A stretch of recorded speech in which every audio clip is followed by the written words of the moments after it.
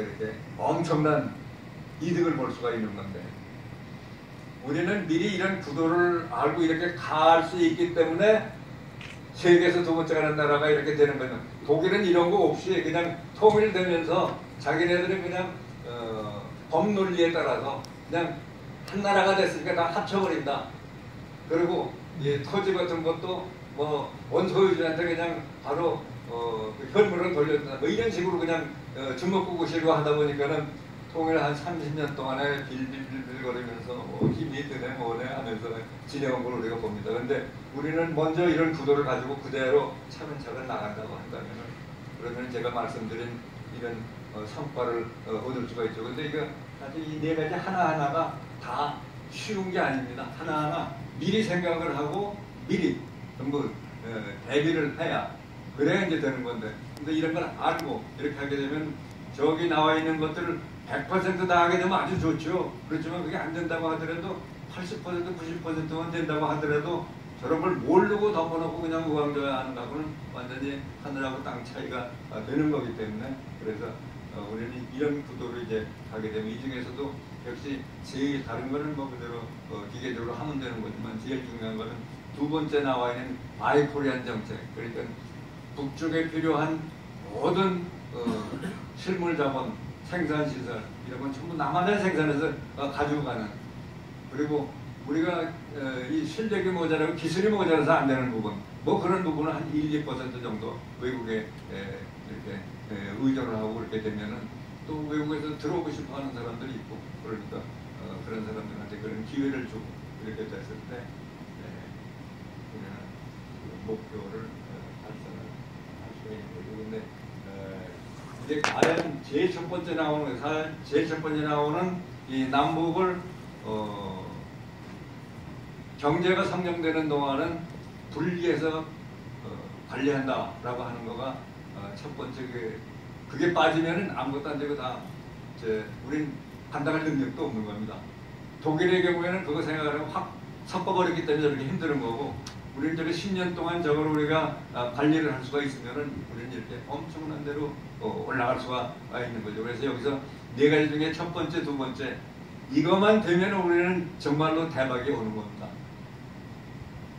그런데 우리는 미리 이걸 알고서 진행을 했을 때 이거 하나하나가 다 어렵지만은 어떤 식으로 해서 이걸 해결해 나갈 수 있는가 하는 거는 오늘 이제 배부해 드리는 책 속에 상세하게 있으니까 이제 천천히 보시면은 되시겠습니다. 그러면은 지금 우리가 이런 큰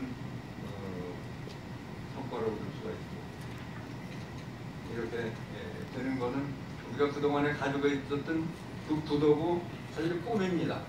근데 이게 현재 상태에서는 현실적으로 다 없어져 버렸어요. 왜 그러냐면은 지금 이와 같은 거가 오는 거는 기본적으로 뭐가 밑바탕에 깔려 있는 거냐면 자유민주 체제하고 시장 경제가 됐을 때 이게 가능한 건데, 지금은 자유민주라는 거를 정부에서 없애려고 그럽니다. 아시는 것처럼 헌법에서 자유라는 말을 빼려고 그러다가 안 되겠으니까 그냥 주저앉지 않았어요. 그리고 지금 시장 경제로 가는 게 아니고 이게 자꾸만 공산 사회 쪽으로 지금 가려고 그러니까, 그래서 대기업은 이건 다 죽여야 된다 이렇게 생각하는 또 공직자도 있고, 그리고 반기업 정서로 가고, 그러니까는 이게 사실은 기업에서 열심히 일하고 그런 생각이 나고 사람들이 거기서 같이 일하고 하면서 경제가 같이 가는 건데, 이걸 그런 식으로 해놓으면 전부 빠져나갈 생각을 하지 여기 앉아서 뭐 할 생각들 안 한다고. 여기 앉아서 투자를 하고 그에 따라서 전부 생산이 늘고 고용이 늘고 같이 일하고 이렇게 해서 가는 이 흐름 속에서 시장 경제 속에서 그 틀을 가지고서 해야 되는데, 지금은 이거를 국가에서 뭐 다 하고 싶어서 국가에서 해가지고 몇 발짝 못 갑니다. 공산 사회주의는 이념적으로 그게 가능하거든. 그래서 사실은 얼마 전에 제가 대학에서 강의하고 그럴 때 저는 폴 세미얼슨 책을 가지고 강의를 했습니다. 그런데 책에 뭐가 나오냐면 몇 년 후가 되면은 북소련이 미국을 앞지를 거다 하는 그림표까지 나왔다고. 근데 앞질르기는커녕 그냥 무너져버리고 말았잖아요. 그러니까 그게 한계가 있기 때문에, 공산사회주의는 한계가 있기 때문에 가다가 망하는 겁니다. 처음에는 조금 잘 나가요. 우리 경우에도 북한이 70년대 전반까지만 해도 남한보다 잘 살았어요. 그러니까 박정희 대통령이 겁나가지고, 그래서 무슨 평화 뭐 어쩌고 하면서 뭐 가서 끌어안고 클린치하고 그런 거지. 박정희 대통령이 그때 당시에 통일하고 싶은 생각이 있었던 건 아니고, 이거 잘못하면 당하겠다 싶어서 했을 정도로 그렇게 됐었는데, 조금 지나면서는 북한이 남한하고 이게 격차가 벌어지는데 거꾸로 해서 격차가 많이 벌어지거든. 그 거꾸로 격차가 많이 벌어진 거가 1990년, 91년에 이르러서는 김일성이 뭐라고 그러냐면은 먹는 통일은 싫다 그랬습니다. 그전에는 자기가 남한을 먹고 통일할 걸로 생각을 하고, 그리고 고려연방제를 만들어 가지고서 강력하게 밀고 그랬었는데, 몇 년 지나는 사이에 이제 거꾸로 된 거라고. 그러니까 그때 아주 실토를 한 거예요. 그 신년사에서 먹는 통일을 싫다고 하는 정도로 간다면은, 그 뜻은 뭐냐면은, 이제 체제 경쟁에서 자기네 쪽으로 통일은 틀렸다는 걸 완전 실토한 거나 이제 마찬가지죠. 그런데 그 이념적으로 뭉친 사람들은 참 이게 끈질깁니다. 그게 쭉 지나오면서 남한에서도 그 과정에서 학교 다니면서 이 군사 정부 이게 너무 마음에 안 들고, 그러니까 군사 정부 반대편에 있다가 지금 북쪽에서는 남한하고 적대 관계에 있으니까, 그러니까 우리 적은 우리 편이다 하는 식으로 해가지고 저쪽에 상당히 동정적으로 생각하는 학생들이 많았어요. 그러면서 맨날 데모하고. 근데 제 반에는 그렇게 하는 학생들이 안 좋아해요. 왜냐면 이게 공부하기가 빡시거든. 이게 해가지고는 성적이 안 나온다고. 그러니까 한 번도 들어오질 않아. 그러면 학교 다니면서 데모를 많이 하고, 뭐 배운 거는 없고 강의 시간에는 안 들어가고, 그러니까 아는 게 없다고. 정신력으로는 강하게 이렇게 됐지만, 그런 사람들이 그대로 크다 보니까 나이는 많이 먹었는데 이게 뭐가 속에 들이기 없는 거라고. 그러니까 맨날 아마추어 같은 짓이나 해가지고 좀 엉뚱한 지금 피해나 이렇게. 지금 저 최저임금제 가지고 이 얼마 동안 얼마나 난리를 쳤어요. 그거는 제가 대학 1학년 들어오면은 아주 단골로 해서 제가 강의하는 겁니다. 그러니까 최저임금제를 적당히 조정하면서 올라가야지, 너무 급격하게 하면은 거기 남아있는, 유동생이 남아있는 사람은 돈 더 받으니까 좋지만 거기서 잘려나갈 수밖에 없는 사람은 아주 소득이 한 푼도 없어지는 거니까, 이거를 이해득실을 따져가면서 조화롭게 해야지. 이게 높여주면은 어려운 사람한테 도움이 돼. 이렇게 해서는 안 된다는 걸 그냥 1학년한테 가르쳤는데 이 친구는 한 번도 들어와 적이 없으니까 뭘 모르는 거라고. 내 반뿐 아니고 다른 데 다 마찬가지일 거라고. 경제력이 골치 아프거든. 그렇지만은 적어도 나라를 이끌고 갈 사람이면 경제 기본 바탕 알아야 된다고. 근데 그게 없으니까 이제 지금 이런 게 나옵니다. 그리고 엉뚱하게 무슨 소득 주도 형량 뭐 어쩌고 해가지고 그러는데, 그러면서 뭐 이건 족보에 있는 거, 족보에 없습니다 그거는. 근데 그걸 족보에 있다고 어쩌고 그러는데, 이게 같은 경제학이라도 거시경제 분야를 좀 한 사람하고 재무관리만 이렇게 해가지고서 하는 그런 부분하고 기업 중심으로 해서 한 거는 이게 분야가 다릅니다. 그러니까 지금 소득주도 성장이라고 해가지고 그걸 해나가면서 되지 않는 이걸 하는데, 근데 우리는 이걸 확실하게 알아야 됩니다. 뭘 알아야 되냐면, 소득주도 성장이 나한테 마음에 안 맞는 사람들이 적어놓으니까 저거 싫다 이게 아니고 어디에 문제점이 있는가를 우리가 알아야, 그래야지 나뿐 아니고 옆에 있는 분들한테도 같이 공감을 얻게 되고 앞으로 그런 쪽으로 가지 않는 이런 거가 되는 거기 때문에, 지금 제가 간략하게 말씀드리는 거는 중요한 부분을 말씀드리려고 합니다.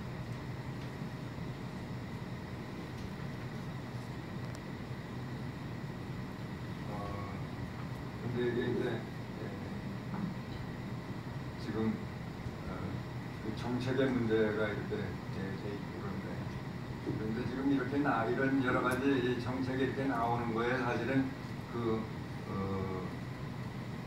저변에는 뭐가 있냐 하면은 연방제로 간다고 할 때는 그거는 사실은 북한이 이 마르크시즘을 바탕으로 해서 이게 건립이 된 거고 이때까지 이걸 바탕에 깔면서 좀 변형으로 되어긴 했지만 그 바탕에 이제 마르크시즘이 있는 건데 이 마르크시즘이라고 하는 거는 이론으로는 아주 대단한 거고 이게 뭐 어디 결함이 없는 거냐 하면은 결함이 있습니다. 그 결함을 제가 한마디로 말씀을 드릴게요. 그게 뭐냐 하면은 마르크스가 뭐라고 그랬냐 하면은 노동 임금이 올라가지 않는다. 뭐냐 하면은 저 창밖에 저 실업자들 거기서 이제 산업예비군이라고 그러니까 실업자들이 저렇게 많이 있으니까 너 싫어? 그럼 너 나가. 저 사람 드릴게. 이렇게 하게 되면은 우선 먹고 살기 바쁘니까 거기에 앉아서 살 수밖에 없는 거고 그래서 그 산업예비군을 가리키면서 그렇게 얘기할 때는 전부 거기에 복종할 수밖에 없고 그래서 이제 경제가 어려운 사람은 점점 더 어려워지는 쉽게 얘기하면 거지가 되는 그래서 포퍼라이징 되는 이 과정이 있기 때문에 자본주의는 반드시 공산주의로 넘어가게 돼 있다. 이렇게 이제 예언을 했던 건데 근데 사실은 자본주의 중에서 우리는 전 자본주의를 말도 사실 잘 안 씁니다. 왜냐하면 그거는 공산주의자들에게 만들어 놓은 거거든요. 자본주의라는 거는 근데 뭐 시간이 되면 또 말씀드릴 수 있습니다만 여하튼 시장 경제를 얘기하는 거죠. 그러니까 이 자본주의 그러니까 마르크시즘에서 얘기하는 자본주의는 필연적으로 공산주의로 넘어갈 수밖에 없다라고 했던 거가 어디에 거점이 있었냐 하면은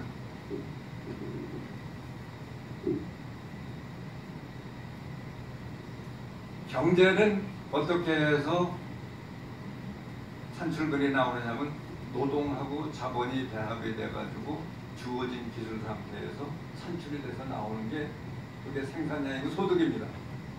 그런데 마르크스는 그 생산 요소, 노동하고 자본만 들여다본 거예요. 근데 생산 활동을 해서 생산물이 나오는 데는 거기에 기술이 배합이 되어 있는 거거든요. 그러니까 기술 발전 부분을 놓친 거예요.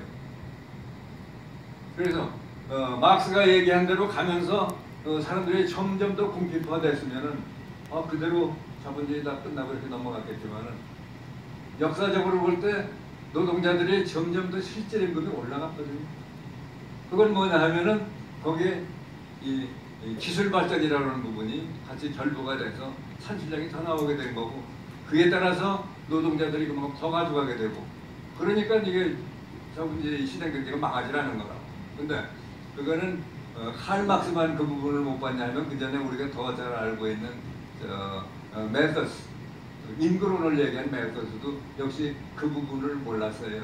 그래서 전부 이제 사람들이 사는 거는 이 생존하는 그 수준에서 그러니까 간신히 먹고서 생명 유지는 그 수준에서밖에는 더 못 올라간다. 이렇게 인구론에서 이제 얘기를 하고 그래서 인구가 더 많이 불어나고 싶어도 좀 불어날 수가 없다니 이렇게 본 건데 근데 이제 그 학자도 역시 기술 발전 부분을 몰랐기 때문에 산출량이 더 나오는 걸 몰랐기 때문에 이제 그렇고 칼 막스도 마찬가지예요. 바로 그 부분에 결함이 있어서 그래서 이렇게 된 건데 그런데도 불구하고 지금 여기서 일하는 주사파들은 그런 것까지는 잘 모르거든요. 그러니까 이거는 지금 옛날에 군사정권에 반대해서 했던 자기는 정의롭고 의로운 사람이니까 이 틀을 그대로 가져가는 뜻에서 소득은 전부 분배를 제대로 하면서 나눠 가져야 되고 그러니까 대기업은 다 뜻대로 파가지고 거기서 나오는 거 다 이렇게 나눠 가지면 잘하는 걸로 생각하는데 우리 속담에 거의 다 이게 이제 황금알을 낳으니까는 그걸 배를 가려면 더 좋겠다 싶어서 배 가려서 한번 먹고 나면 그 다음에 먹는 거거든요.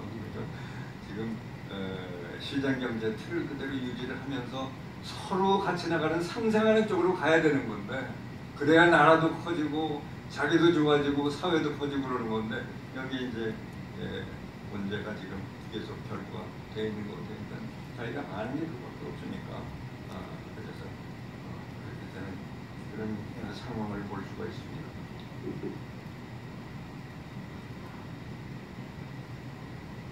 근데 사실은 이 고려명제라는 얘기가 어떻게 나왔냐면은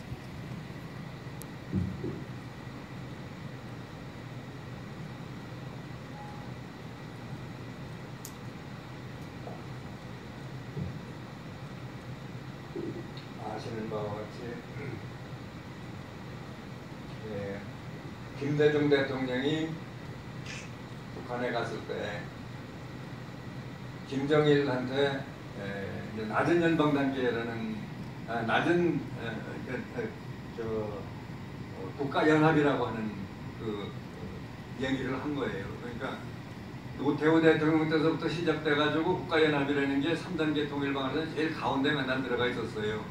그러니까 그걸 뭐냐면은 남북이 한꺼번에 이렇게 합쳐지게 되는 거가 쉽지가 않으니까 일단 같이 붙여놓고 그러고 나서 이제 통일로 조화롭게 가야 되는 거 아니겠냐 이런 식으로 이제 탁상공론적인 차원에서 해놨던 건데, 근데 계속해서 다른 정권에서 통일은 심층적으로 무슨 관심이 있는 게 아니기 때문에 그냥 그 전에 어떤 그냥 끌고 그냥 갔던 거고, 그 다음에 이 노태우 정권 다음에 김영삼 정권 다음도 이제 마찬가지고, 그 다음에 이제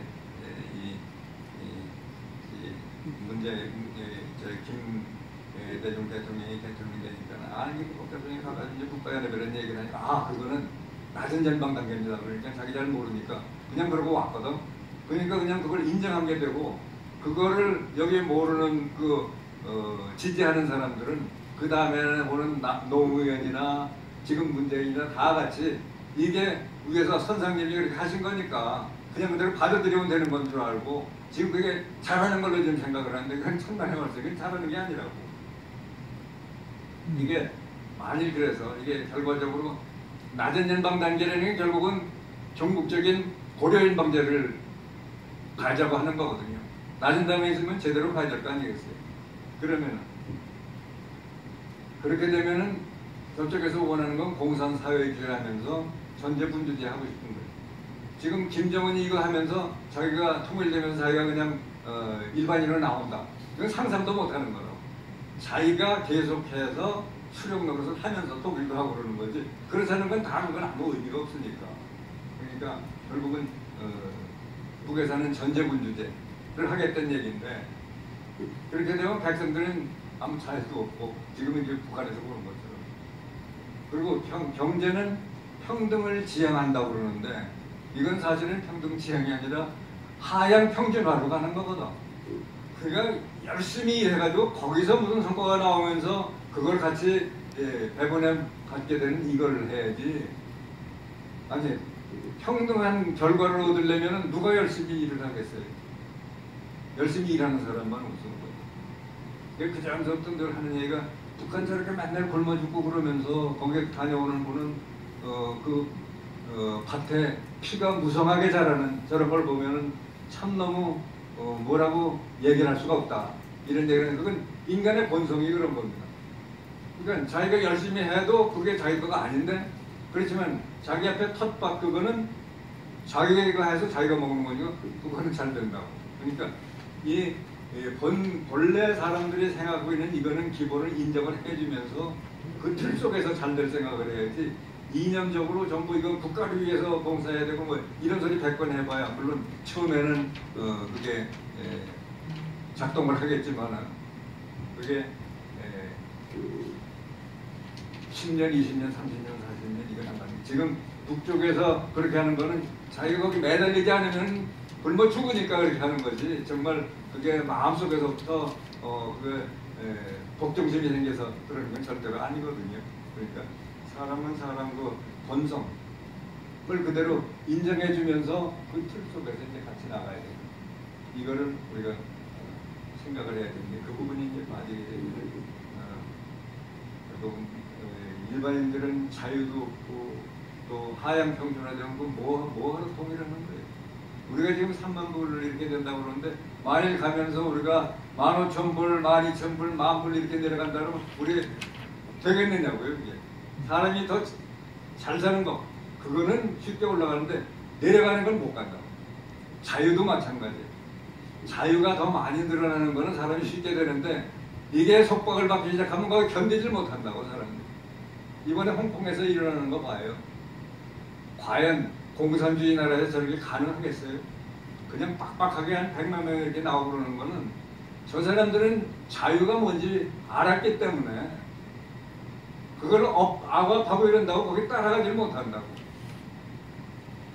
그래서 제 친구 중에 이제 미국에서 이제 평생 교수를 한 친구가 있는데 한국은 통일이 되더라도 저쪽 공산적으로는 안 될 거다. 왜 그러냐면 남쪽 사람들은 자유를 맛봤기 때문에 며칠 가다가는 저거는 저기서 살 수 없다 그러면 가만히 있지를 않을 거다. 이렇게 얘기를 하는데 근데 그 과정에서 그 희생이라고 하는 거는 사실 말도 못할 거거든요. 그러니까 간단하게만 볼 수 있는 건 아니고 여하튼 우리 지금 어려운 시대를 지금 지나가고 있습니다.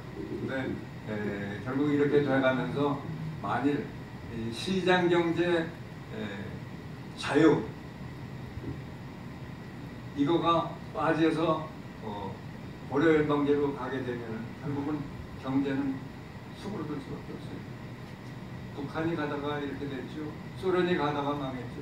지금 뭐 중국이 좀 가니까는 그거는 시장 경제 조금 이제 배합하니까 되는 거예요. 저것도 몇 발짝 못 간다고 저는 한 10년, 20년 전부터 얘기를 합니다. 경제라는 거는 이게 각자의 능력이 최대한 발휘되도록 이게 그런 토양이 마련이 돼야 이게 발전하는 거지. 이게 시키는 걸로만 해가지고서는 안 된다고. 이게 자기 비즈니스 하는 사람은 24시간 일하는 거라고. 꼭 잔다고 뭐 쉬는 거 뭐 어디 간다고 이러는 게 아니고 자기 비즈니스 늘 머릿속에 있기 때문에 이렇게 하는 과정에서 창의력도 나오고 그러는 거지. 뭐 8시간 딱 일하고 집에 가고 뭐 저녁 있는 뭐 시간을 내는다 뭐 이따위 식으로 해가지고서는 이게 되는 게 아니거든요. 그러니까 자기 각자한테 누구한테 강요를 못 하더라도 자기가 하고 싶은 만큼 하도록 만들어주는 이거가 없어가지고서는 발전을 못하는 거죠. 거기에다가 이런 독재를 하고 국가주도로 해서는 경제가 발전 못하는 데다가 그런 사회에서는 자연스럽게 국가 공무원들이 공직자들이 전부 시골 그러니까 재량을 가지고 이렇게 하는 거기 때문에 결국은 부패가 따라오지 않을 수가 없는 거죠. 그러면은 이런 비효율성, 부패 거기에다가 늘 이거 하다 보면 버릇이 된다고. 지금 우리나라에서 뭐 지금 서울시에서 뭐 젊은 사람들 일자리 없으면 50만 원을 준다. 웃기고 완전. 그래가지고 그게 뭐가 되겠느냐고. 사람들을 이렇게 그런 식으로 성질을 이상하게 만들어 나가지는 안 되는 거라고. 그렇게 국민들이 나태하게 되면 안 되는 거죠. 제가 중국에 가서 한 3년 동안 지금 저쪽에 교수님도 와 계시지만 중국에 가서 3년 동안 강의를 하니까 중국 학생들은 와가지고 제가 얘기하는 거 귀로 안 들어와. 여기 강의하면서는 다 알거든. 그 친구가 알아들으면서 앉아있는지 딴 생각하는지 금방 얼굴에 다 나타나니까. 이 친구 들어와가지고서는 전혀 내가 무슨 얘기하는지 관심 없어. 그리고 와서 앉아있다고. 그러면 그 사회에서는 점수를 준다고. 그렇게 움직이는 사회. 그게 과연 그런 사회에 대해서 제대로 가겠는가. 사람들이 이렇게 나태해지기 시작을 하면 아무것도 안 되는 거고. 그래서 이런 거가 전부 복합적으로 이렇게 되게 되면은 이 마르크시즘의 그 논리에서부터 문제가 됐을 뿐더러 이렇게 되면은 연방제로 가가지고서는 잘 살 수 없다. 평등한 건 좋은데 하향 평준화 해가지고 밑으로 내려가면서 평등하는 거, 결과가 평등한 건 안 된다. 그러니까 기회를 최대한 평등하게 줘가지고 그 기회 속에서 각자 열심히 일해서 자기 길을 찾아가는 이거가 좀 어려운 일이었지만 결국은 그 길을 가야 된다는 결론을 내려갈 수가 있습니다. 근데 지금 제가 간략하게 좀 말을 줄이기 위해서 지금 소득주도 성장이라고 하는 거를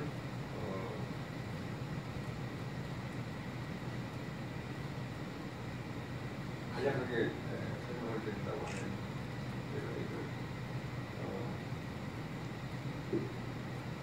여기다가 너무 복잡하게 뭘 해놓으면은 그러면은 보시는 분이 좀 재미없으실 것 같아서 그렇게 하지 않고 그냥 제가 정리를 해가지고 그래서 말씀을 드리려고 했는데 누가 가지고 버렸으니까 이거를 제가 그냥 말로 해가지고 그래서 이제 간략하게 설명을 해드리면은 소득주도 성장이 그게 족보에 있는 거다. 문재인 대통령이 이렇게 얘기하는데 족보에 없어요. 왜 없느냐? 저게 사이비 케인시안이기 때문에 그렇습니다. 이제 경제하시는 분들도 여기 많이 계시고 그러니까 겉으로 보면 비슷해요. 뭐냐 하면은 소득이 늘어나면은 소비가 늘어날 거 아니에요? 그럼 소비가 늘어나면 그걸 생산을 하게 된다. 생산을 하게 되면은 또 사람들이 그에 따라서 소득을 가져간다고. 소득이 늘어나면은 또 그다음에 소비가 그 사람이 소비를 하니까 소비가 해서 소비 수요가 있게 되면은 그럼 또 그에 따라서 생산하게 된다. 그러니까 소득으로 시작을 해가지고 따지고 보면은 한 바퀴 돌아서 다시 소득이 돌아오는. 그러니까 소득 증가가 소득 증가를 만들어주는, 소득이 소득을 만들어주는 이거로 되는데 만일 그렇다고 한다면 이 세상에 거지 같은 나라가 되는 나라가 어디 있어요? 다 전부 돈 풀어가지고 소득을 높여주면은 돌아가면서 자꾸 소득이 더 올라가는데 그거 어려워요? 그거 아니거든. 근데 그게 안 되는 이유가 뭐냐 하면은 이 소비 함수에 있어요. 보통 소비 함수는 소비는 뭐의 함수냐면 좀 전에 말씀드린 것처럼 소득의 함수. 소득이 올라가면은 소비가 늘어나게 돼 있다고. 근데 요거를 전제로 해서 하는데 지금 정부에서 돈 푸는 거로 해서는 소득 올라가는 거가 소비 올라가는 거로 안 돼요. 연결이. 그게 뭐냐 하면은 2차 대전 후에 이스라엘에서 거기서 실증 분석을 한 게 있습니다. 그때 자양 군인들한테 돈을 많이 나눠줬거든요. 그러고 나서는 이게 과연 이렇게 받게 된 이 소득이 소비에 얼마나 영향을 미치겠는가. 그런데 함수 관계로 소득이 그쪽에 소비에 영향을 안 미친다는 거로 나왔어요. 왜 그러냐면은 이 소득이라고 하는 거가 일상적인 정상적인 소득에서 나왔을 때 정상적인 소비로 옮겨가는 거지 일시적으로 그냥 지나가는 소득. 이게 이제 영어로 하게 되면 이제 transitory income이라고 할 수가 있는데 이 transitory income은 컨섬션에 이게 함수로 가서 걸리질 않아요. 그냥 그거대로 그냥 없어져 버리고 만들어. 우리 속담에 그거 있잖아요. easy come, easy go. 쉽게 들어온 거 쉽게 나간다. 노름판에서 돈 들어온 거 그거 제대로 해서 살림살이에 쓰고 그러는 건 뭐 봤나요? 그러니까 이게 제대로 된 소득이 돼야 이게 생산으로 연결이 되는 건데 생산으로 연결되지 않고 그 소득이라는 게 돈은 돈대로 따로 놀게 되면은 그럼 물가만 올라가는 거라고. 그래서 이 교시경제를 크게 본다 그러면 이 생산물 시장이 있고 이제 화폐 시장이 있습니다. 그런데 옛날에 고전 학파에서는 이 두 가지는 따로 논다라고 이렇게 봤지만 케인스는 이걸 어떻게 봤냐면 이 둘은 같이 맞물려 돌아간다 이렇게 봤습니다. 그래서 이건 사실은 둘이 맞물려 돌아가야 한 군데 돈으로 된 소득이 들어와서 이게 생산활동으로 이게 연결이 되면은 그러면 이제 그 다음에 지금 조금 전에 말씀드린 건 순환이 이루어지지만은 이건 트랜지토리 인컴이기 때문에 소비에 영향을 안 미친다면 여기에 점점 간절히 생기는 거라. 그러면은 거기에 아무런 기여를 하지 못하고 물가만 올라가는 거죠. 그러니까 그거를 법이 2차 대전 후에 실증 분석에서 이게 나왔던 건데, 근데 얼핏 보기에는 소득이 생기면은 그러면은 소비가 늘어날 거고, 소비가 늘어나게 되면은 또 그다음에 생산이 또 늘어나게 되고 이렇게 해가지고 본 건데 그게 그러니까 쉽게